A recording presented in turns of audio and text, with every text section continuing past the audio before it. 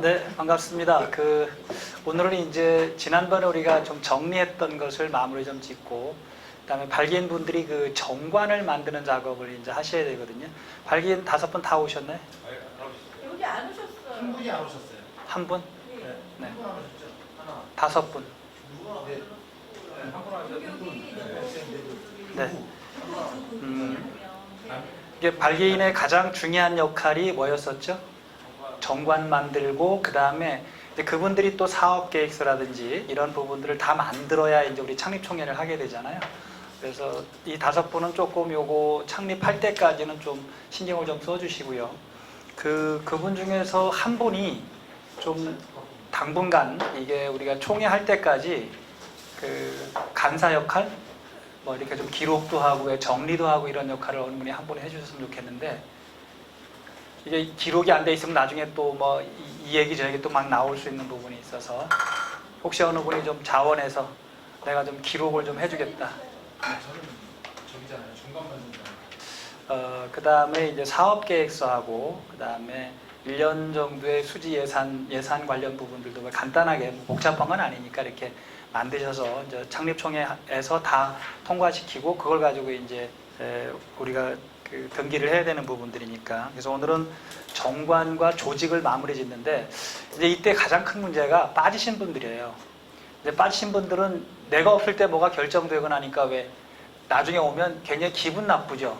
뭐 나도 없이 막 결정해서 막 이렇게 하는데, 참 그건 어쩔 수 없는 것 같아요. 여러분들이 빠지신 분들한테는 미리 좀 이렇게 결정됐다라고 좀 알려주는. 지금 밴드나 카톡 같은 게 되어 있나요?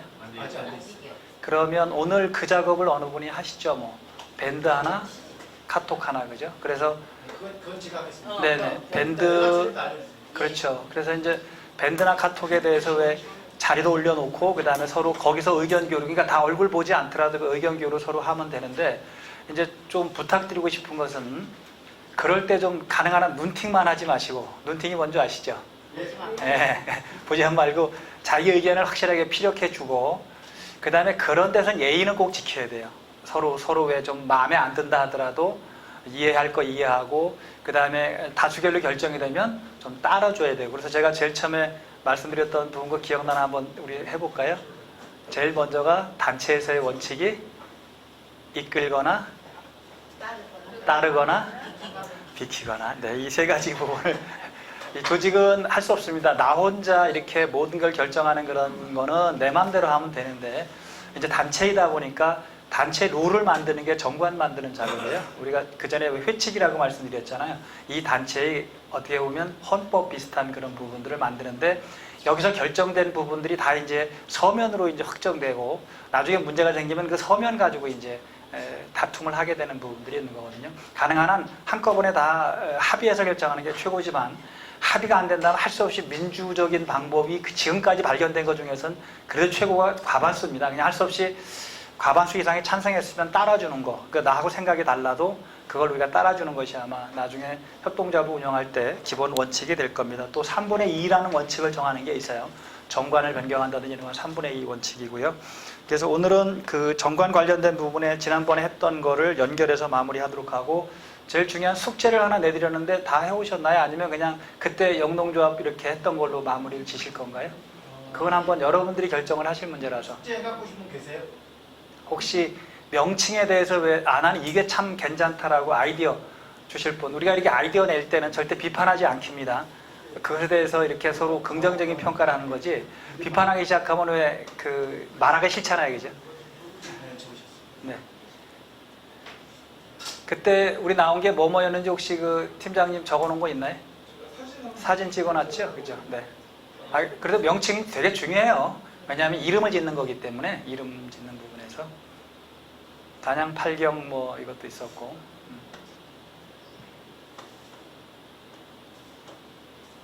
네, 그건 뒤에서 한번 나중에 적어주시고요. 예. 자, 오늘 협동조합 조직 및 역할과 표준정관인데, 지금 제가 여기 여러 번 교재에 들은 거는 일반 협동조합을 바탕으로 한 거라서, 별도로 지금 영농조합법인 정관은 제가 별도로 프린트를 이렇게 해왔습니다. 이걸 설명도 드리고 발기인분들한테 나눠 드릴 테니까, 발기인분들 거기다 왜 빈칸 넣기 하면 되는 거예요. 명칭은 뭐뭐로 한다, 사업은 뭐뭐뭐다, 뭐 주소지는 어디 한다 이런 방식이 되는 거니까. 그래서 여러분 그 교재에 있는 그 표준 정관 예시는 일반 협동조합법이라고 이해하시면 되고요. 지금 여러분들이 만들 거는 이제 영농조합법인이기 때문에 영농조합법인의 표준 정관예가 있습니다. 이 표준 정관예를 제가 설명을 드리고 그걸 이제 발기인분들이 모여서 최종 확정하고 마지막 날에 발기인분들이 그거를 발표할 겁니다. 이렇게 해서 이렇게 만들었다라는 걸 그때까지도 우리가 다시 수정하면 되는 거예요. 총회 설립하기 전까지만 수정하면 되는 부분들이니까. 그 다음에 발기인분들은 반드시 사업계획서를 좀 만들어 주셔야 되고요. 그 다음에 예산수지, 그러니까 조합비가 얼마 들어올 거고 예상을 해서 우리가 어떤 사업, 홍보할 때 얼마 쓰고 교육하는데 얼마 쓰고 이런 예산수지 계획서 같은 걸 만들잖아요. 적어도 그 세 개는 정관, 그 다음에 사업계획서, 그리고 예산수지 계획서는 발기인분들이 좀 만들어 주셔야 되는 그런 작업이라고 이해를 하시기 바랍니다. 자, 협동조합 조직 역할로 넘어가도록 하겠습니다. 정관이 뭔지는 여러분들이 정의로 내릴 수가 있겠죠. 그죠? 정관은 우리 단체의 그냥 헌법이다 이렇게 보시면 돼요. 헌법. 자, 이제 헌법이니까 여기서 왜 제가 헌법이라는 표현을 썼냐면 여기서 너무 자세하게 다 정하려고 하지 마세요. 나머지는 어디로 넘기면 되죠? 규약이나 예컨대 규정, 뭐 규칙 이런 걸로 넘기면 돼요. 그러니까 우리도 헌법이 있고 법률이 있고 시행령이 있고 시행규칙이 있듯이 그 아주 세세한 내용들은 규칙이나 규정으로 넘기고 여기서는 큰 틀의 정리.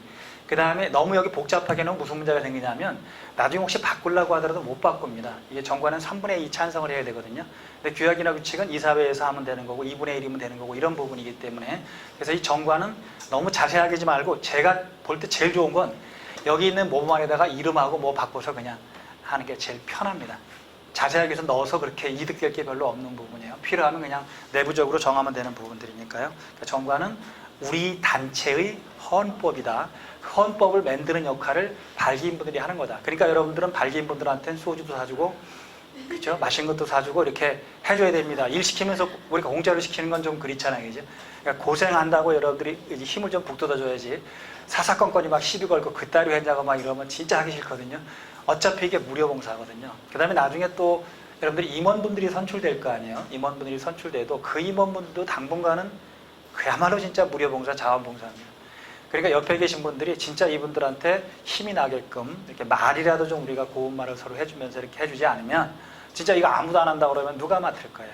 누군가는 대표자가 나와야 되고 누군가는 임원을 해야 되고 누군가는 감사를 해야 되거든요. 그 다음에 인원이 여기 우리가 지금 이렇게 보면 한 30명이 안 되잖아요. 그죠? 네. 그러니까 한 20명 정도 안 되는 데에서 이게 의견이 서로 안 맞으면 참 진짜 얼굴 꼴 보기 싫거든요. 사람 보기 싫은 것만큼 이게 안 되는 게 없어요. 그죠? 그러니까 그런 부분에 서로 아까 이제 같이 좋은 얘기도 하고 소주도 한 잔씩 하시면서 친해지는 것도 의미가 있다 이렇게 보시면 되겠죠. 자, 이제 조합원은 결국 영농조합이기 때문에 이제 농업인만 되는 거예요. 여러분 기준을 정할 때 이렇게 정할 수 있겠죠. 뭐 단양군에서 농사를 짓는 분, 그죠? 근데 이제 또 이런 것도 하나 넣을 수 있겠죠. 단양군에 귀향이나 귀농을 했지만 아직 농사를 안 짓고 있지만 앞으로 질 예정인 사람 뭐 이런 건 여러분 자체적으로 정하는 거예요. 근데 아직은 일단 영농조합법이니까 누구밖에 안 되는 거죠. 농지원부 있어야 되고 그런 기준점을 또 맞춰야 되는 거죠. 일반 협동조합은 그렇게 안 해도 돼요. 근데 지금 영농조합법인이기 때문에 농사를 짓고 농업소득이 있어야 되고 이런 기준점들이 있다라고 보시면 되겠죠. 그래서 조합원의 자격도 여러분이 스스로 정하지만 우리 영농조합법인은 농업인만 된다라는 것만 기억하시면 그죠. 농업인이 아는 사람들은 늘 수가 없다. 그러니까 옆에 예컨대 마케팅을 잘하고 판매를 잘하고 막 이런 분들도 조합원으로는 안 되죠. 필요하면 뭘로 되죠? 준조합원으로는 할 수 있으니까 준조합원은 이렇게 해서 조합원은 아니지만 준조합원은 비슷하게 역할을 할 수 있잖아요. 그죠? 그렇게 해서 여러분들이 잘 조직을 짤 때 옆에 필요한 부분들 그러니까 이게 단체라는 거는 관공서의 힘도 활용하는 게 되게 중요하지만 주변 분들한테 도움을 많이 받아야 되는 그런 신뢰관계가 형성돼야 왜 우리 단체가 크게 성장하는 부분들이 있고 또 하나는 그때 우리가 왜 이걸 만들까라는 고민할 때 혼자 하기 어려우니까 그죠? 그 다음에 가공사업은 이게 식품이기 때문에 위생부터 시작해서 되게 복잡한 부분이 되게 많은 거예요. 그러니까 우리가 그런 공장을 세울 수가 없으니까 그냥 공장 있는 걸 잘 활용하는데 또 이걸 개인적으로 예컨대 가공센터하고 붙으면 우리 요구 조건을 관찰하기 어렵잖아요. 그러니까 단체 힘으로 그 단체들이 결국은 움직이면 여러분들의 이득이 되는 여러 가지 사업들을 할 수 있다라는 부분에서 조합원 자격 부분도 그렇게 정의를 하시기 바랍니다. 자, 그 다음에 이제 조합은 임원이 필요한데, 임원은 일단 이사, 대표이사, 물론 뭐 우리가 이사장이라고 불러도 상관없습니다. 대표이사로 부르든 이사장으로 상관없는데, 이사, 그리고 이사회가 구성이 되고, 그 다음에 감사, 요분들이 이제 결국은 핵심적인 역할을 하실 분들입니다. 그러니까 한꺼번에 다 모여서 총회를 하면 좋겠지만, 왜 일일이 다 그렇게 할 수가 없으니까, 결국 임원들한테 위임을 하는 겁니다. 그러면 임원들은 선량한 관리자의 주요임으로서 일을 해야 되고, 만약에 임원들이 고의과실로 예컨대 손해를 끼치면 임원들도 손해배상해줄 책임이 발생해 버립니다. 그러니까 임원들은 자원봉사이지만, 물론 나중에 우리가 잘 돼서 돈이 좀 많이 남는다, 그러면 뭐 연봉 한 1억씩 주면 참 좋겠죠, 그죠? 그런데 뭐 그렇게까지는 아직은 우리는 그런 형편은 못 되는 거니까, 결국 임원분들의 희생정신, 또 임원분들의 자기 시간을 투자하는 거거든요. 그러니까 설령 돈은 투자하지 않는다도 시간을 많이 내줘야 돼요. 이 바쁜 분들이 시간을 낸다는 건 참 고마운 일입니다. 그래서 임원분들한테 우리가 힘이 되도록 그렇게 좀 응원을 해주는 방식으로 하도록 하고요. 그 다음에 설립 절차는 지난번에 설명드렸지만 한번 다시 확인해 보도록 하겠습니다. 발기인 우리가 모집했죠, 그죠? 발기인 5분을 모집을 해서 일단 발기인 부분은 정리가 됐고요. 그 다음에 이제 발기인 분들이 정관을 작성할 건데, 오늘 정관을 제가 설명을 좀 드릴 거거든요. 그러면 그걸 바탕으로 해서 우리가 넣고 빼고, 그 다음에 뭐 삽입하고 뭐 이런 방식으로 해서 여기 단양에 맞게 그렇게 만드시면 되고, 그 다음에 그 발기인 분들이 사업계획서를 만들어야 되는 겁니다. 예컨대 2019년은 거의 다 지나갔으니까 2020년도에 우리가 조합비가 얼마 들어와서, 그 다음에 어떠한 사업, 이런 사업을 하겠다고 한 거 아니에요, 그죠? 가공 사업을 하고 뭐하고 이런 걸 한 걸 가지고 이제 그러면 예산 수지까지 나올 거 아니에요. 얼마 들어와서 얼마 나가고까지 나오니까 두 가지, 사업 계획서하고 예산 수지 계획서 관련 두 가지 부분들을 만드는 거죠. 그리고 이제 그 발기인 분들이 뭘 할 거냐면 설립 동의자를 모집하는데, 발기인에 안 들어간 분들은 설립 동의자가 되는 거예요. 나중에 이제 발기인과 이 설립 동의자가 뭐가 되는 거죠? 결국은 조합원으로 바뀌는 겁니다. 근데 이제 발기인들이 주로 이제 왜 정관 만들고 이런 작업을 하는 거고, 나머지 분들은 그냥 나중에 조합 가입하면서 왜 출자금 납입하면 되는 거잖아요. 그러면 이 발기인 대표가 창립총회 공고를 하게 되는 거죠. 이때는 적어도 7일 전에 알려줘야 돼요, 반드시. 이 7일은 나중에 여러분 날짜 계산할 때 온전하게 7일이 중간에 있어야 돼요. 그러니까 공고하는 날과 개최하는 날은 빼고, 그러니까 항상 8일이나 9일이 돼야 되겠죠, 그죠? 날짜로만 따지면. 그러니까 단순히 14 빼기 7 이렇게 해서 7일이 아니고, 그러면 5일 정도에 공고를 해야 14일에 이렇게 하게 되는 거예요. 왜? 중간에 반드시 7일이 이렇게 있어야 되고, 이걸 안 하면 무효가 돼버려요. 나중에 총회 같은 거 하더라도 항상 그렇습니다. 날짜가 정해져 있는데 그걸 지키지 않으면 또 무효가 돼버리니까 다시 해야 돼요. 다시 한다는 건 참 귀찮은 거거든요. 근데 이게 이해관계가 서로 없으면 소송 같은 거 제기하지 않을 텐데, 이해관계가 있으면 그거 무효야, 그러니까 소송을 제기할 수 있거든요. 그럼 법원에 가면 무효가 돼버립니다.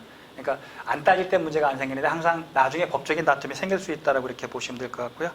그러면 이제 총회 개최 날짜를 정해서 총회 개최하겠죠. 그럼 창총회 의사록이나 등등 회의록 같은 걸 다 만들어서 그걸 바탕으로 설립신고인데, 우리는 지금 설립신고가 필요가 없습니다. 영농조합법인은 바로 설립 등기로 가죠. 설립 등기.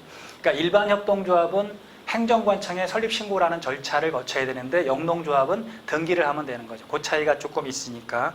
그 다음에 사업자 등록. 그러니까 결국 창립총회를 하고 설립 등기를 하고 사업자 등록을 하는 단계가 이제 우리가 행정적으로 거쳐야 되는.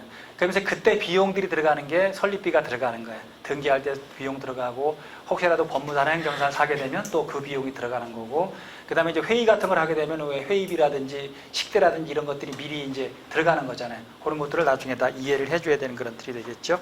그러면 사업자 등록을 하면 이제 사업자 등록 번호가 나오면 그거 가지고 우리가 이제 영수증도 발행할 수 있을 거고, 그렇게 움직일 수 있는 그런 틀이 되겠죠. 그래서 큰 틀에서 설립 관련 부분에서 개관을 한번 제가 해드렸고요. 자, 그 다음에 이제 점검 포인트는 여러분들이 한번 이렇게 기록을 한번 해보시고, 나중에 발기인 분들도 그렇고 같이 한번 토론을 해볼 필요가 있는 건데요. 공통된 가치와 필요는 무엇일까? 이것도 한번 잘 정리를 해보시기 바랍니다.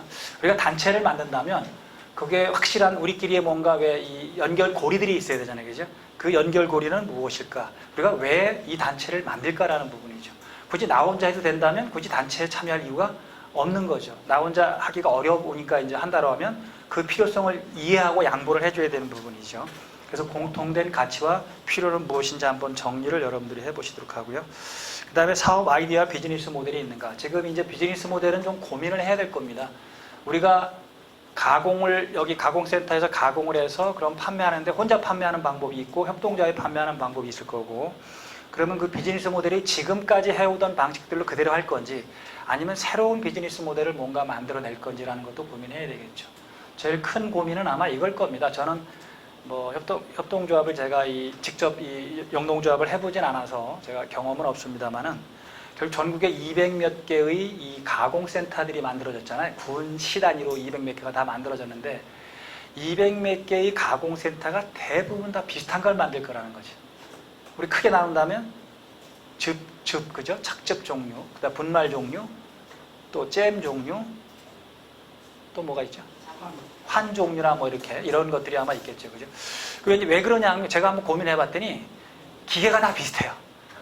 전국의 모든 센터들의 기계가 거의 물론 차이는 좀 있습니다. 그 다음에 이제 어디는 조금 더 좋은 거, 어디는 좀 나쁜 것도 있고, 그 다음에 예컨대 뭐 우리가 무슨 가공 기계 자체라든지 이런 거는 아주 고급도 있고 왜 있겠지만 잠깐 비슷비슷하다라고 보니까 제품이 어떻게 했어요? 결국은 비슷하다라는 거예요. 그럼 제품이 비슷하다면 그냥 우리는 뭘 차별할 건가라는 걸 이제 네이밍부터 고민하셔야 돼요. 이름 짓는 것부터. 그래서 이 소비자들이 볼 때 이 이름을 딱 들으면 굉장히 친근하면서도 한번 먹어보고 싶은 것, 이런 것들의 이제 그 상표, 그 다음에 여기 조합 명칭, 이런 네이밍들을 이제 우리가 잘 해야 되는 거. 그 다음에 그것만이 또 중요한 게 아니고 우리가 어떻게 판매를 할 건가라는 게 여러 가지 방식이 있겠죠, 그죠? 하나로마트에 납품한다든지 뭐 등등등 되게 많이 있겠지만 또 딴 데 가보니까 왜 이렇게 그 장날마다 돌아다니는 것도 이렇게 하더라고요, 그죠?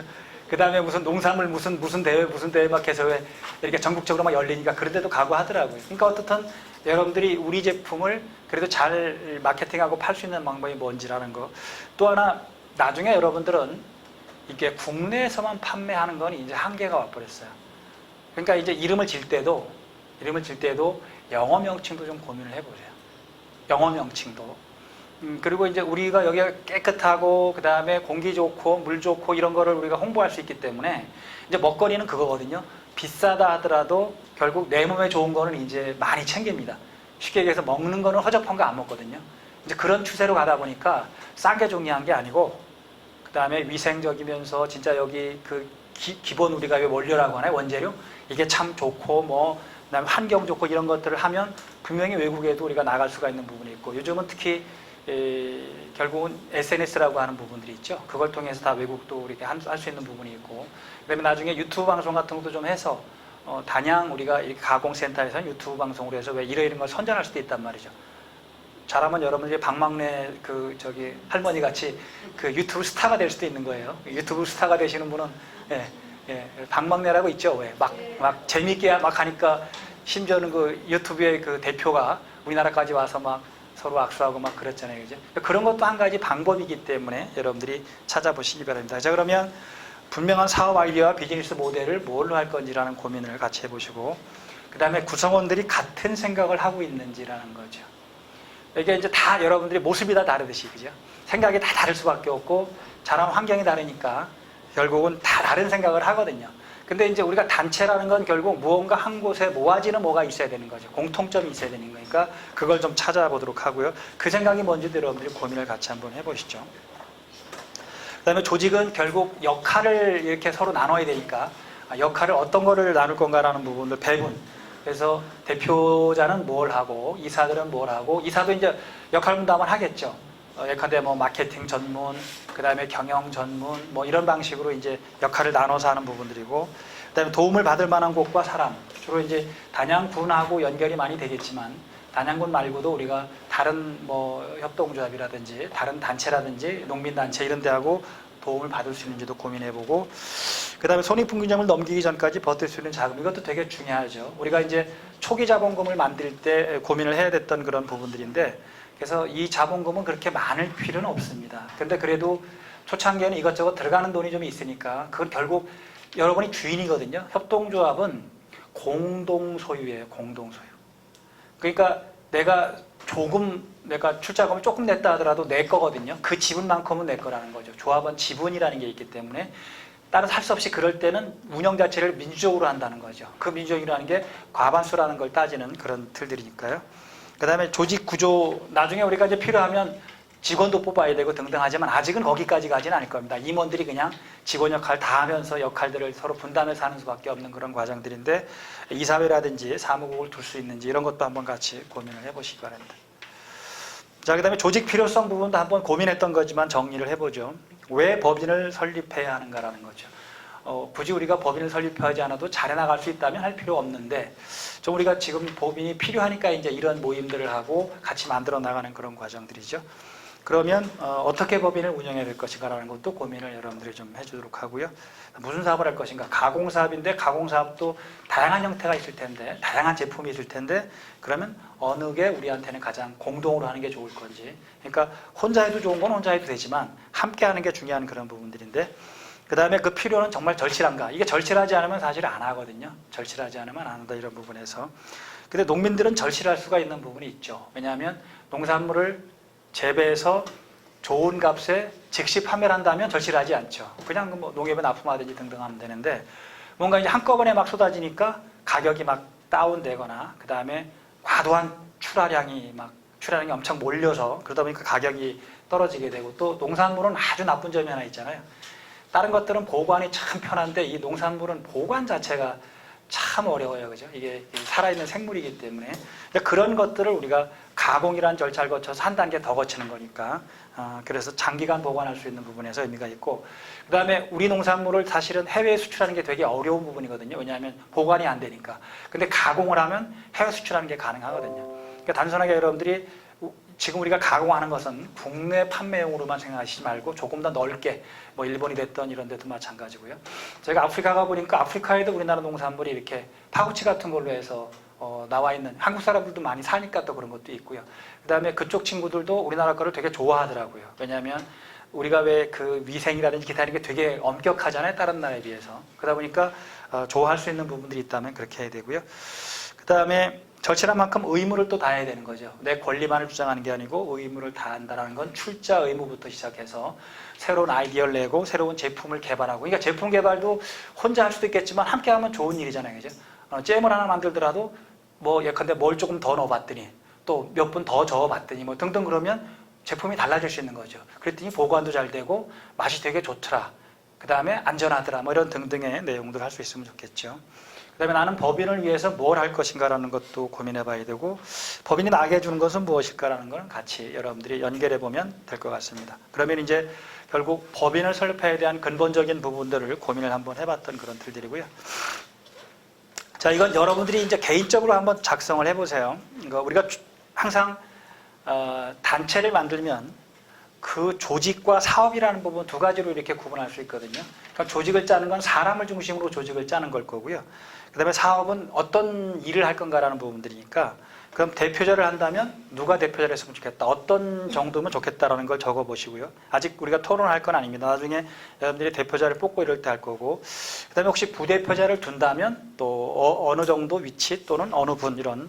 그 다음에 이사는 5명에서 한 7명 정도, 그죠? 이사는 한 5명, 7명 정도. 3명 이상이면 되는데, 보통 3명은 너무 적더라고요. 의사결정하는 데 부분에서. 그러니까 또 7명 넘어가면 또 너무 많고. 그래서, 대표자 포함해서 5명으로 하면, 왜 우리가 3명, 5명, 7명 한다고 그랬죠? 그렇죠. 의견이 갈릴 때 누군가는 결정을 해야 돼요. 그러니까 잘못된 결정이라도 결정을 미루는 것보다 잘하는 겁니다. 그러니까 우리가 제일 나쁜 게 뭐죠? 결정을 안 하고 자꾸 뒤로 밀어버리는 거거든요. 그러니까 그걸 막기 위해서 할 수 없이 우리는 홀수로 두면서, 저건 3명이면 2명이 하면 되는 거고, 그죠? 그 다음에 5명이면 3명이 하면 되는 거고, 그런 방식으로 해서 뭐 다른 의견이 있다 하더라도 과반수 결정할 수밖에 없다면 그렇게 하는 거죠. 감사는 나중에 결정을 하실 때 대표자분하고 조금 너무 가까운 사람은 좀 피하는 게 좋습니다. 감사는 역할이 뭐냐면 가장 중요한 건 회계감사고요. 회계. 왜냐하면 이 돈 문제는 항상 투명해야 됩니다. 1원짜리 하나라도 서로 간에 오해가 있으면 안 돼요. 자, 그거를 결국 감사가 정확하게 우리가 체크해 보는 게 하나 있죠. 그 다음에 사업, 즉 정관이나 이런 거에 위배돼서 왜 대표자가 뭘 하게 되면 그거를 견제하는 장치가 감사 역할이거든요. 그래서 이사회에서 이렇게 결정한 부분들을 감사가 견제하는 역할을 하기도 하고요. 나중에 소송이 붙으면 감사가 원고가 되기도 하고요. 예컨대 뭐 대표자가 횡령을 했다 그러면 횡령 관련 소송할 때는 감사가 이 원고가 되는 그런 부분들입니다. 소송을 제기할 수 있는 부분들이기 때문에 감사 역할이 되게 중요하고요.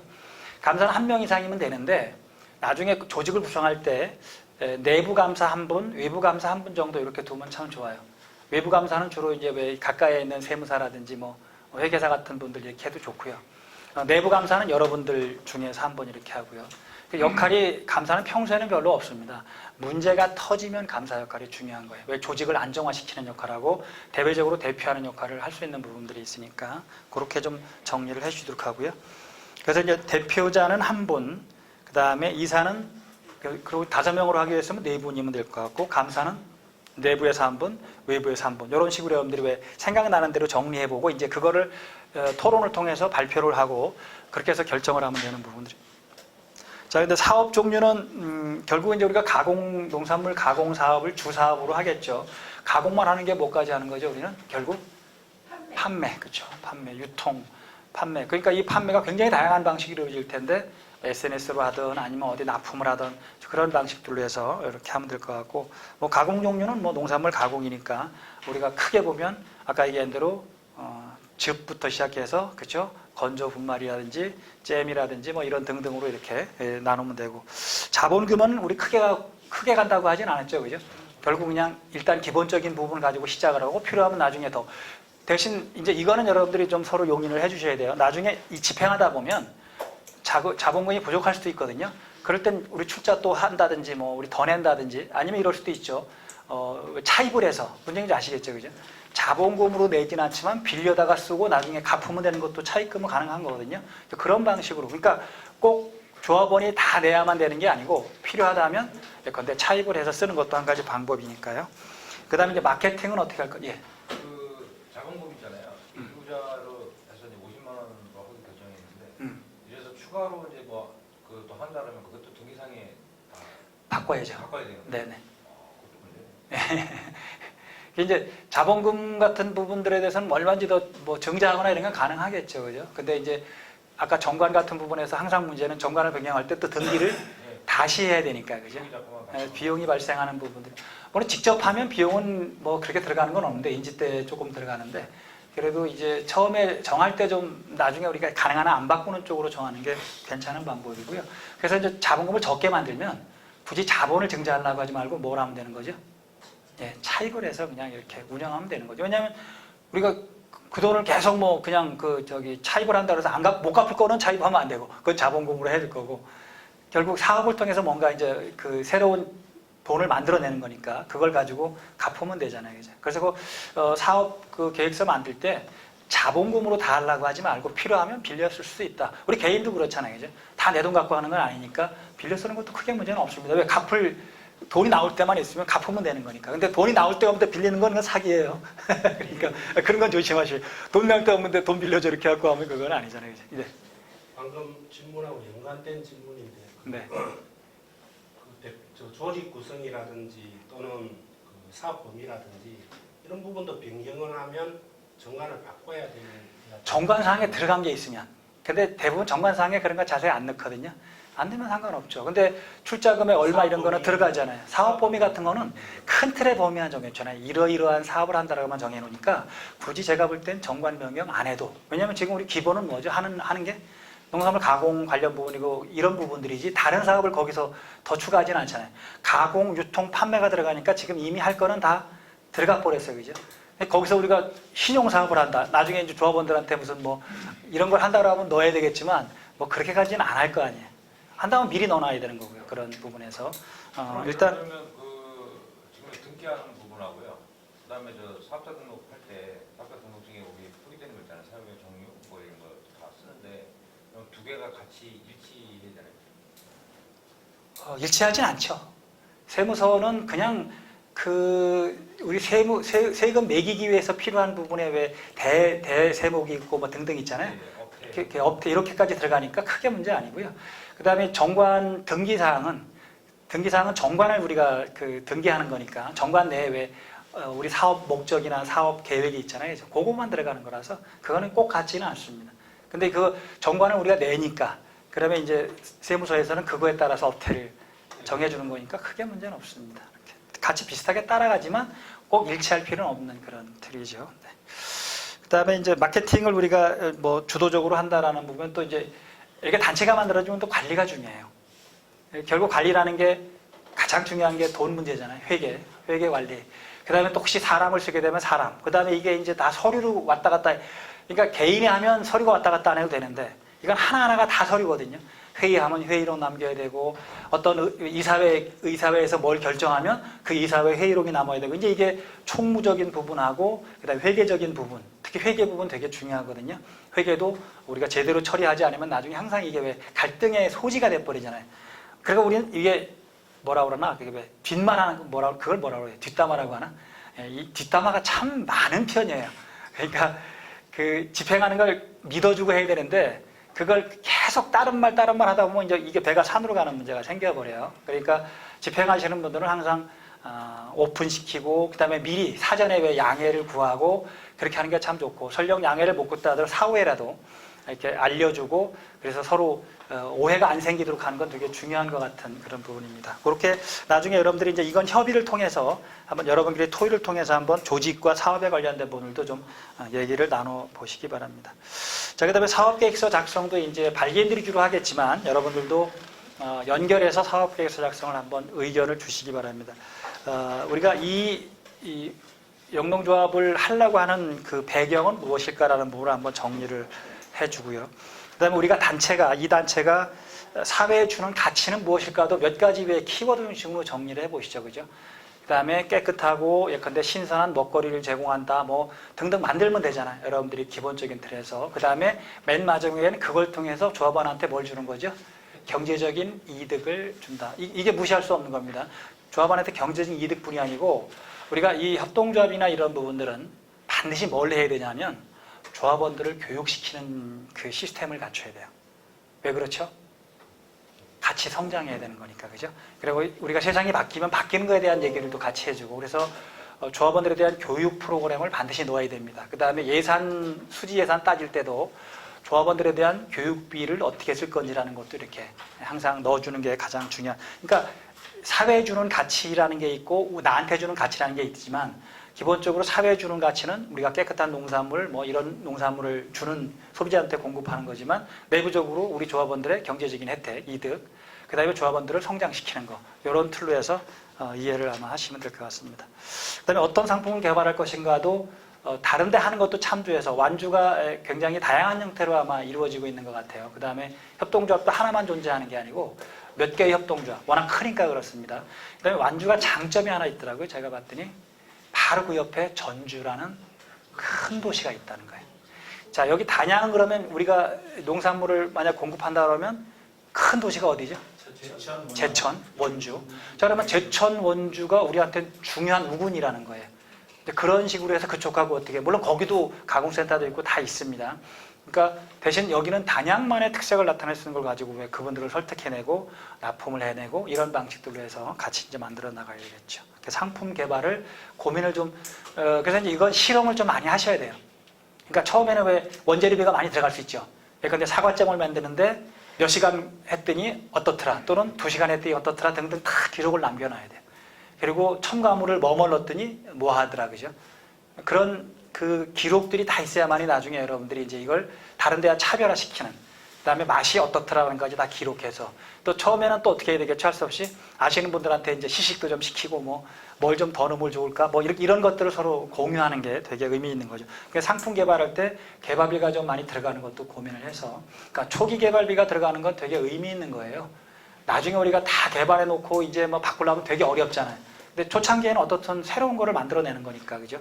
그 다른 데 것도 많이 먹어보시고, 그 다음에 우리 거를 다양한 방법으로 해서 기록을 해놓고, 몇 분 했을 때 뭐 어떻고, 뭘 넣었을 때 어떻고, 이런 게 다 기록으로 남아야 되는 거죠, 그죠? 그 전에 재미있는 말이 있었잖아요. 에디슨이 왜 이 전구다마, 필라멘트를 개발할 때 몇 번 실패했다고 그랬죠? 네. 뭐, 여러 설이 있습니다. 10,000번이라는 설도 있는데, 보통 한 2,000번 정도 예상하더라고요. 예측에. 얘기할 때. 자, 그럼 2000번이라고 그러면 말이 그렇지 지금 우리가 편하게 쓰고 있는 지금 이것도 아니지만 이제 바뀌었지만 옛날에 전기담화에 툭 하면 꺼지는 거, 터지는 거 그거 만드는데 실로도 해보고 뭐로도 해보고 다 만들어봐서 한 게 2000번 했다는 거죠. 그래서 어떻게 그걸 할 수 있었습니까? 물어보니까 나는 2000번의 새로운 작품을 만들어낸 거더라고요. 그 정도의 노력들이 필요한 게 개발이라는 부분들입니다. 식품도 마찬가지가 되겠죠. 또 사람마다 입맛이 다르기 때문에 또 하나는 나중에 개발할 때 이제 왜 큰 포장에 싸게 파는 건 별로 안 팔립니다. 이제는 그냥 1인용. 혼자 먹을 수 있는 거. 예, 소포장인데 진짜 딱 한 번 이렇게 쫙 짜먹고 마는 거라든지 뭐 요즘 인삼 같은 것도 왜 그렇게 하는 게 대부분 다 딱 예, 스틱으로 해서 이런 게 자, 그러니까 우리가 제품을 개발할 때도 이제 시대 변화 흐름을 좀 봐야 돼요. 그리고 젊은 친구들이 우리가 왜 주로 이게 사 먹는 거는 왜 젊은 친구들이 많잖아요. 나이 드신 분은 잘 안 사 먹어요. 또 옛날부터 왜 시골에 농사 짓던 그런 게 있어서 너무 아까운 거야 그게. 사실은 그 품 들어간 거 따지면 그거 저도 별로 아까운 게 아닌데 불구하고 그러니까 이제 시장을 세그먼트 한다거나 시장을 나눌 때 결국 우리 대상은 주대상이 어디라는 부분들이 있을 거고 물론 크게 만들어서 왜 뭐 나이 드신 분들한테나 이렇게 파는 것도 큰 문제 없습니다. 그러니까 만들 때 그 형태 자체를 하나만 갖고 보시지 말고 다양한 형태를 이렇게 해서 만들어가는 거. 그래서 상품 개발에 관련된 부분도 그런 의미에서 한번 여러분들이 고민을 해보셔야 됩니다. 상품 개발할 때 누가 참여해서 어떤 방식으로 할 건가. 그 다음에 품목이 굉장히 다양할 거니까 아로니아도 있을 거고 사과도 있을 거고 등등 있을 때 그것들을 서로 어떻게 협업할 건가라는 부분들을 같이 고민을 해보시기 바랍니다. 그 다음에 초기 자본 얼마를 할 건지가 우리가 결정을 했고요. 이 초기 자본을 적게 한다 하더라도 우리가 반드시 나쁜 건 아니고요. 다 많다고 반드시 좋은 것도 아니니까 적당한 게 좋은데 아까 얘기한 대로 이게 부족하면 어떻게 하자고요? 뭐 차입을 하다 이런 방식으로 해서 그렇죠? 그러니까 근데 대표자가 좀 차입을 해주고 되는 거죠. 나중에 갚으면 되는 거니까. 그냥 조합원이 또 차입을 해주고 되는 거고. 그러니까 필요한 부분들은 대신 일방적으로 하진 말고 그죠? 이사회 결정이라든지 결정할 부분들을 다 민주적으로 결정해서 하는 방식이 되고요. 그다음에 초기 자본은 어떻게 확보할 것인가라는 거는 이제 결국 자본금을 가지고 출자금이죠, 그죠? 그다음에 여러분들이 나중에 고민할 때 출자금 낸 거는 없어진다고 생각을 하세요. 그러니까 대부분이 출자금을 내면서 이게 나중에 돌려받으리게 생각하는데 50만 원 돌려받을 생각하지 마세요. 그냥 내가 우리 협동조합을 위해서 그냥 내가 출자해주는 초기 자본금이다 이렇게 생각하면 되는 거지. 그걸 가지고 내가 물론 나중에 그만둘 때 그 비율에 따라서 반환 청구할 수는 있어요. 그건 뭐 큰 문제 없는데 그만둘 때는. 근데 결국은 초기 자본이 굉장히 시드머니이기 때문에 중요한 역할을 하는 거예요. 그런 쪽으로 해주시면 될 것 같고. 거기 탈퇴를 하시는 분들한테 드리려고 그러면 1년에 한 번씩 그 회계정리를 해놔요? 연날까지 하고 다음 총회 때 이제 보통 주겠죠.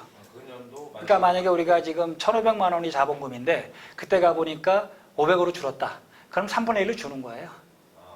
그렇죠. 그건 비례할 수밖에 없죠. 그건 어쩔 수 없잖아요. 그죠? 그때 그러니까 연도 말에 왜 우리가 결산을 하게 되잖아요. 결산한 걸 기준으로 해서 환급을 해주거나 이런 방식이 되겠죠. 그죠?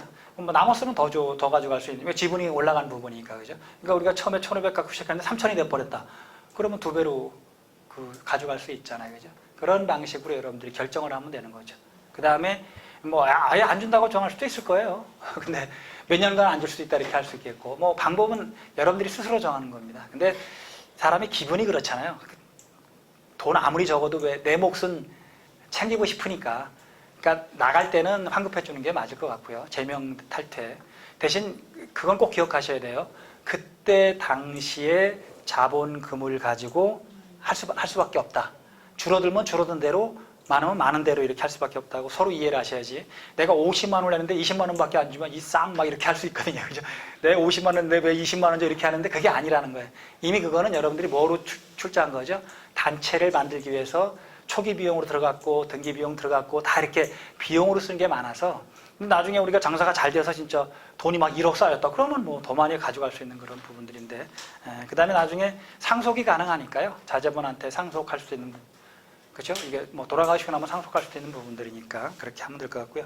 그 다음에 지분을 양도하는 것도 가능해요. 지분 양도.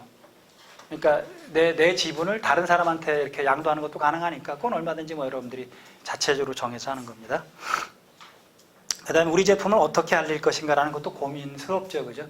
자, 그러니까 지금부터 여러분들이 이제 스마트폰 갖고 친구가 돼야 돼요. 스마트폰을 자유롭게 쓸 줄 알아야 돼요. 이제는 컴퓨터 안 봅니다. 누구나가 다 스마트폰 갖고 봅니다. 사는 것도 다 스마트폰입니다. 저도 지금 인터넷 구매를 다 스마트폰으로 하거든요. 그 다음에 찾기도 편하고, 왜냐하면 그냥 길거리 지나가다가도 그냥 내가 생각나는 거 있으면 바로 구매할 수 있거든요. 그 다음에 요즘 택배 시스템이 워낙 좋아가지고요. 다 그렇게 이제 한다는 거죠. 그럼 여러분 판매도 결국 이제 SNS로 판매하는 것하면 스마트폰으로 항상 볼 수 있는 시스템으로 갖춰야 되니까, 혹시 지금 2G폰 쓰고 계신 분 계신가요? 2G폰. 안 계시죠? 다행입니다. 2G폰 쓰고 계신 분은 우리는 원신이라고 합니다. 원신이 안 계시니까 다행이고요. 가끔 계십니다. 옛날 폴더블 폰 갖고 있는데 상관없습니다. 근데 문제는 이제 그 스마트폰을 가지고 모든 일을 다 처리하기 때문에 스마트폰을 자유롭게 써야 됩니다. 나이하고 아무 상관없습니다. 나는 나이가 많은데 이 얘기는 아예 버리세요. 그 생각 절대 가지면 안 됩니다. 그리고 애들하고도 자유롭게 소통할 수 있는 부분이 있기 때문에 제품 알리는 데는 유튜브라든지 기타 페이스북이라든지 또 밴드 뭐 등등 여러분들이 할 수 있는 건 다 해보셔야 돼요. 여러분들이 주로 쓰는 건 그 카카오톡하고 아마 밴드일 텐데 그거는 그냥 우리끼리 주로 하는 거고요. 페이스북이 외부에 모르는 사람들하고 연결되는 부분들이고요. 유튜브는 전 세계 어디하고도 다 할 수 있기 때문에 그 다음에 필요하다면 여러분들 유튜브 방송을 하시기 바랍니다. 유튜브 방송 어려운 거 하나도 없거든요. 그냥 찍어서 올리면 되는 거예요. 영어로 안 써도 자동 번역이 되고 막 그래요. 굳이 내가 영어를 써야 되는 이런 개념이 아니에요. 그러니까 유튜브 방송이 뭐 시간 너무 많이 들이면 그러니까 뭐 일주일에 내가 한 편 정도 올린다고 생각을 하고 그러면 내가 농사 짓는 것도 올려놓고 그죠? 가공하는 거 올려놓고 판매하는 거 올려놓고 농장도 올려놓고 보고 안 보고는 그건 보는 사람 적이니까 그건 신경 쓰지 말고 그게 너무 신경 쓰지 마세요. 이게 유튜브 방송 하시는 분들이 대부분 왜 안 하냐니까 조회수가 없는데 그다음에 뭐 이런 게 없는데 그거 아무 상관없어. 안 보면 어때? 그냥 나 혼자 재미있게 하면 되는 부분들이니까. 그래서 제품 알리는 방식을 옛날 방식이 이제 안 된다는 겁니다. 지금 이미 광고업계는요. TV 방송, 신문이 광고가 다 죽어서요. 이제 거의 광고비가 안 들어옵니다. 다 쓸어갔습니다. 유튜브가. 그 다음에 페이스북이 다 쓸어갔고요. 그러니까 이제 결국은 우리도 어디에 광고해야 이게 보는 거예요? 네, 유튜브나 페이스북 광고를 해야 보는 거지. 그러니까 이게 우리가 이제 옛날 같으면 TV에 한번 나오면 왜 금방 알려졌잖아요, 그죠? 우리 마을 한번 해가지고 단양에 무슨 가공센터에서 한번 TV에 한번 나오면 막 지금 별로 그렇게 보는 사람이 없는 거예요. 본다고 하더라도 요즘은 유튜브로 다시 재방송을 보거든요. 그러니까 이제 그런 부분에서 스마트폰을 그냥 단순하게 옛날에 스마트폰을 폰으로 생각을 해서 왜 전화기라고 생각하는데 전화기 아니에요. 스마트폰은 최고급 휴대용 컴퓨터입니다. 제일 중요한 게 모바일이라는 거예요. 언제든지 가지고 다닐 수 있다는 거. 꼭 그래서 여기서도 아마 스마트폰 교육 같은 거 시키죠. 그런 거 꼭 들으시고요. 그 다음에 유튜브 방송 같은 거 교육 혹시 있으면 꼭 들으시고요. 그 다음에 교육을 듣는 게 중요한 게 아니고 당장 채널을 하나 개설해서 내 방송입니다. 채널 하나 개설해서 그냥 뭐든지 올려놓으세요. 그리고 그게 한 100개, 200개 쌓여야 되거든요. 처음에 이게 알려지지 않아요. 한 100개, 200개 쌓이면 그때부터 좀 알려지는 그런 부분들이니까 나중에 홍보하기도 되게 좋거든요. 여러분들이 만드는 제품 홍보 같은 부분들이니까. 자, 그리고 우리의 제품을 어디에 마케팅할 것인가도 이제 대강 여러 가지 옛날 방식들이 있죠. 하나로마트 납품하고 뭐 등등등 이런 방식은 그대로 우리가 하는 겁니다. 그걸 안 하자는 얘기 아니에요. 근데 그것만 갖고 부족하니까 SNS나 유튜브나 이런 방식들을 하자라는 얘기죠. 간단해서. 자, 그 다음에 이제 조직 구성 및 조직도인데 발기인 5명 명단은 우리가 했고요. 그러면 아까 우리가 이제 여러분들이 정리해 본 거 가지고 이사장은 대표라고 하고 부이사장을 부대표라고 한다면 감사를 2명 한다면 내부적으로 1명이면 누구를 할 건지 그럼 이사회는 이사장 포함 그런데 이사 4명, 5명 이렇게 될 거고 부이사장까지 포함해서 그럼 이사 중에서 역할을 나눈다면 한 3개 정도 나누면 됩니다. 생산 관련 이사, 마케팅 관련 이사, 경영 지원 이사 이 정도가 아마 그냥 작은 조직으로선 이사 역할을 분배할 때 이사 역할을 나눌 때 한번 볼 수 있는 그런 틀들이니까 요거를 참조해서 이제 발기인하고 여러분들이 같이 협의해서 정하시기 바랍니다.